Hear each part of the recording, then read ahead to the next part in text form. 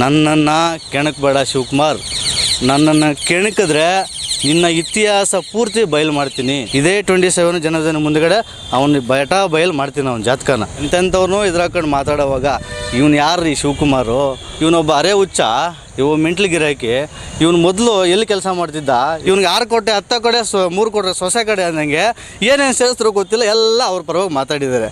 ಏನೋ ಮಾತಾಡೋವಾಗ ಯಜಮಾನರ ಬಗ್ಗೆ ಮಾತಾಡೋದು ಅನ್ನೋ ರೀತಿಯಲ್ಲಿ ಸ್ವಲ್ಪ ಆವೇಶವಾಗಿ ಮಾತಾಡಿಬರೋದು ಬಿಟ್ಟರೆ ನಾನೇನು ಬೇರೆ ರೀತಿಯನ್ನು ಮಾತಾಡಿಲ್ವ. ಇರೋ ವಿಚಾರ ನಿಧಾನ ಕೇಳಿದ್ದೀನಿ.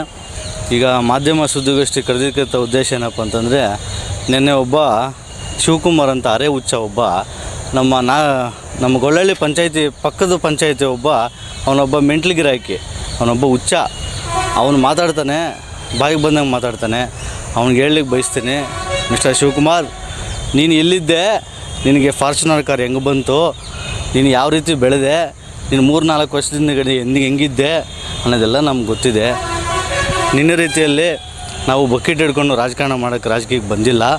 ನಾವೇನಿದು ನೇರ ನುಡಿ ಸತ್ಯವಾಗಿ ರಾಜಕಾರಣ ಮಾಡ್ಕೊಂಡು ಬಂದಿರತಕ್ಕಂಥದ್ದು.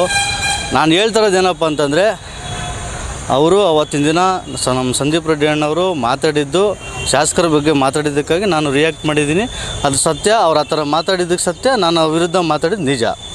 ಅದೇನಿದ್ರು ಅವರು ಮಾತಾಡಿದ್ರು ಸತ್ಯ ಆಗಿದ್ದರೆ ಅವರು ನಿಜ ಮಾತಾಡಿದರೆ ನಾನು ಕೂಡ ಸತ್ಯನೇ ಮಾತಾಡಿದ್ದೀನಿ. ಹಾಗಾಗಿ ಇವನಿಗೆ ಯಾಕೆ ಬೇಕು? ಈಗ ಸಂದೀಪ್ ರೆಡ್ಡಿ ಅಣ್ಣವರು ಮಾತಾಡಿದ್ದಕ್ಕೆ ನಾನು ಪ್ರಶ್ನೆ ಮಾಡಿದ್ದೀನಿ. ಇವನೊಬ್ಬ ಅರೆ ಹುಚ್ಚ, ಇವ ಮೆಂಟ್ಲು ಗಿರಾಕಿ. ಇವನು ಮೊದಲು ಎಲ್ಲಿ ಕೆಲಸ ಮಾಡ್ತಿದ್ದ? ಇವನು ಮೊದಲು ಕ್ರಷರಲ್ಲಿ ಕೆಲಸ ಮಾಡ್ತಿದ್ದ.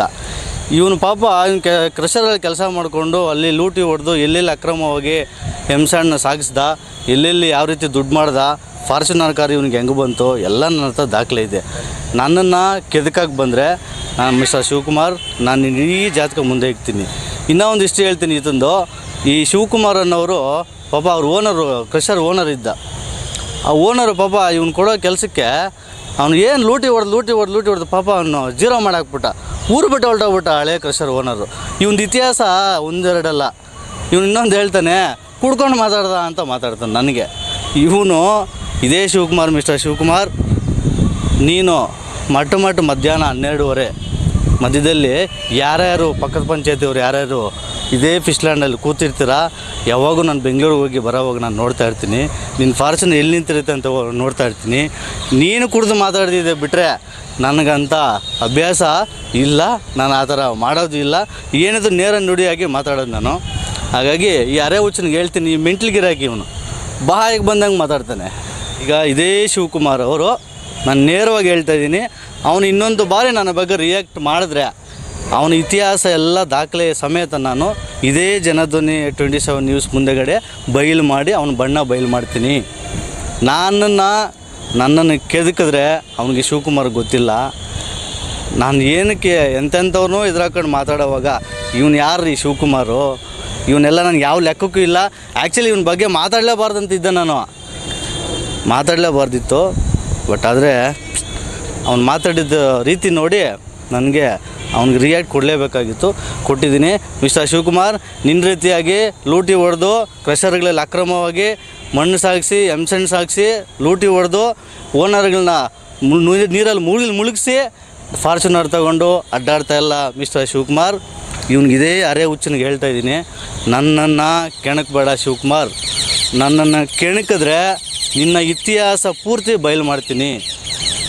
ನೀನು ಯಾರ್ಯಾರನ್ನ ಕರ್ಕೊಂಡೋಗಿದ್ದೆ ಅಂತ ನನ್ನ ಹತ್ರ ದಾಖಲೆ ಇದೆ. ನೀನು ಯಾರ್ಯಾರನ್ನ ಕರ್ಕೊಂಡೋಗಿ ಇದೇ ಫಿಶ್ಲ್ಯಾಂಡಲ್ಲಿ ಕೂತ್ಕೊಂಡು ಮೀಟಿಂಗ್ ಹೊಡಿತೀಯ ಅಂತ ನನ್ನ ಹತ್ರ ದಾಖಲೆ ಇದೆ.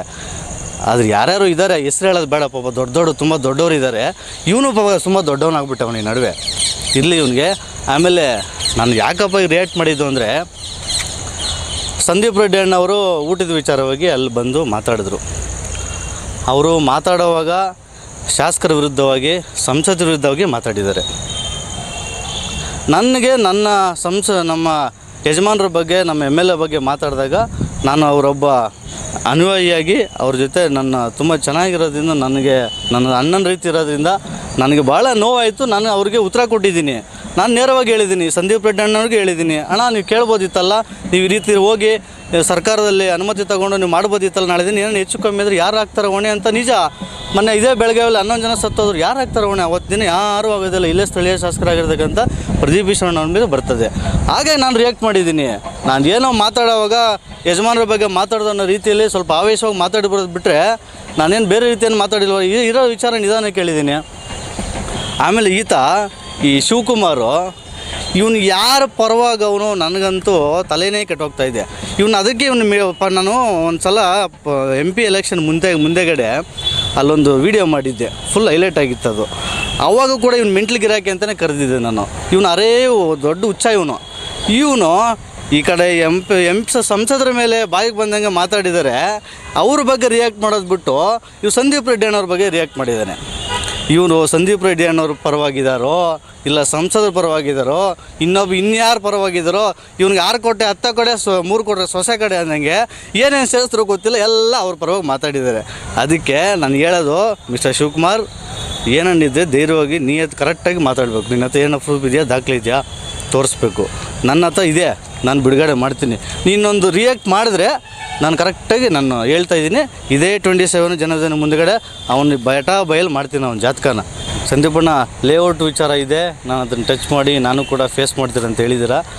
ಅದಕ್ಕಾಗಿ ನಾವು ಉಸ್ತುವಾರಿ ಸಚಿವರಿಗೆ ಮನವಿ ಮಾಡ್ತೀವಿ. ತಾವು ಕೂಡ ನಿಯತ್ತಾಗಿದ್ದೀರ ಅಂತ ನಾನು ಅಂದ್ಕೊಂಡಿದ್ದೀನಿ. ಅದಕ್ಕೆ ತಾವು ಕೂಡ ಬಂದು ಇದಕ್ಕೆ ನಾವು ಲೆಟ್ರ್ ಕೊಡುವಾಗ ತಮ್ಮನ್ನು ಕೂಡ ಕರಿತೀವಿ. ತಾವು ಬಂದು ಉಸ್ತುವಾರಿ ಸಚಿವರಿಗೆ ಮನವಿ ಮಾಡಬೇಕು ಅಂತ ತಮ್ಮಲ್ಲಿ ಕಳಕಳಿ ಮನವಿಯನ್ನು ಕೂಡ ಮಾಡ್ತೀನಿ.